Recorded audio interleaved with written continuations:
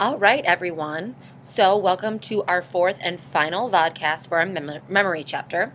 In this vodcast today, we're going to be talking about forgetting, right? So, we've discussed how it gets encoded, how you store it, how you retrieve it. But the big question is, and it happens to all of us so often, why do you forget it? What are the different things that are going on with your memory that cause you to forget information? The core concept is that the memory problems we have actually arise from what's called the 7 sins of memory.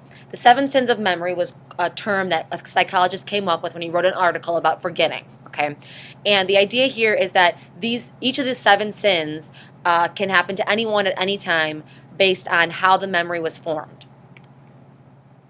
So, right, you have here 7 Sins of Memory by Daniel Schachter. That's the guy that came up with the 7 sins. Okay. Some little cartoons for your enjoyment. How to Improve Your Memory Seminar has posted notes, right? Okay, so here's the deal. If you look at this little chart here, you have sensory, short-term, long-term memory. We've talked about all those things. Now, forgetting can actually happen at any of those three parts. So it can go into sensory memory, and then you can forget it. It can go into sensory short-term, forget it. Sensory short-term, long-term, and then you can forget it. So forgetting can happen at any stage of memory. Here's the 7 sins. I'm going to go over all of them. So get ready. Here we go. All right, first one, absent-mindedness. This is called encoding failure. This is not so much that you forgot it, although it's called forgetting. It's mostly like you never remembered it. So because you weren't paying attention, you actually never encoded it. So if you didn't encode it, there's no way to retrieve it and remember it because it was never there in the first place. Okay? This is the idea if you've ever had someone say their name to you. Literally, they say it to you, and then 10 seconds later, you're like, oh my God, what is their name? That's not because you forgot it. You actually never remembered it. You were probably so worried about what you were going to say or looking at something on their face or whatever, worried about how you looked that you didn't even pay attention to their name, and that's why you forgot in the first place. So the encoding step failed. It never even made it into your short-term memory for you to forget it. Okay. So here's an example of encoding failure. You've seen 1,000,000 pennies in your lifetime. I want you to find which one you believe is the right penny. So pause it if you need to. Take a look. Which penny do you think the right penny? If you guessed A, you're correct. Now, how is it possible that you don't know what a penny looks like when you've seen them over and over again? Because you've never paid attention. You never encoded what a penny looked like, so you don't remember it. Encoding failure. Next, transience, the next sin. Transience is a fancy word for storage decay. So the idea that you did remember it, but over time, if you don't use the memory, it gradually weakens. It's the idea use it or lose it, right? If you do not use the memory, if you don't recall the memory, if you don't think about the memory, eventually over time, the memory will fade. Some memories will never fade, especially memories that were stressful. Remember, we talked about the idea that when you experience stress, you have, epinephrine and those kinds of things, and they impact your memory, and you have a better memory right away in that stressful moment. But memories that maybe weren't so strong to begin with will weaken over time. An example of this, of course, is the forgetting curve, right? We've already talked about the forgetting curve, Ebbinghaus, how you retain and forget things over time. Here's it again, if you haven't already remembered it. Right, so first day, 100%, then you're down, and if you repeat and you go over the material 10 minutes, 5 minutes, 2 or 4 minutes, if you keep going over and over again, you will remember, okay? Doing this repetition decreases transience. It decreases the ability for your memories to decay the more you look at it. Next sin of memory is called blocking.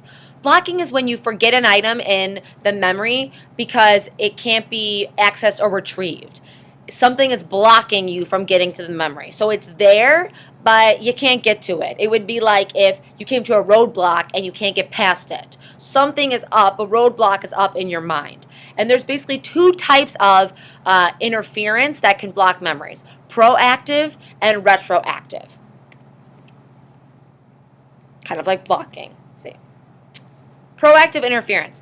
Proactive interference is when an earlier learning interferes with memory for later information. An example of this would be that if, like, for Miss Schaefer, right, I've moved so many times in my life that now sometimes it's hard for me to remember my zip code, that my new place, because I keep thinking of my zip code for my old place. So every time I try to write down my zip code for something on an address, I always have to think, oh my God, what is it? And I have to remember, and I taught myself a little trick that in my old place, it was 60654, like the numbers go down 654, and in my new place, it's 60657, so it doesn't go in order. And I literally have to think about that every single time because my earlier memory of 60654 interferes with my current memory, 60657, proactive. So, another example of this is, another type of interference is retroactive. Retroactive interference is when new information interferes with old information. Another example of this is if you learn a new locker combination, you can't remember the old one. If you get a new phone number for your cell phone, eventually you'll forget the old one. And you did know it at one point, but you don't know it anymore because you have retroactive interference. The new memory interferes with the old memory. So here's a way to remember this because it can be kind of confusing. The acronym that you come up with is PORN. Yeah, that's right, PORN. P-O-R-N. So proactive is that old information gets in the way of new. Retroactive is that new gets in the way of old. Proactive, old, retroactive, new. PORN. Remember that. It'll help you on an exam because you'll confuse the two. Proactive, old, retroactive, new. PORN. Next sin, misattribution or source amnesia. So this happens when you retrieve the memory, but you actually retrieve it incorrectly. So you associate the wrong time, place, or person. I've done this before. I'm sure you've done this, where you wake up and you had a dream, but then you're not really sure if you actually happened in a dream or if it happened in real life. Maybe sometime during your day you'll have a memory come up, and you'll be like, did I dream about that or did that really happen? Right? That's source amnesia or misattribution. When you remember it, but you associate it with the wrong time, place, or person. The older the memory, the more likely it is to suffer this. Another sin is suggestibility. Suggestibility can happen in a variety of ways, but this is when people give you incorrect information and it actually distorts the memory. So I might question you in a certain way, or I might say something to you, and this changes the way that you remember it. The misinformation effect you see over here. This is the distortion of a memory by suggesting information that's wrong. For an example, right?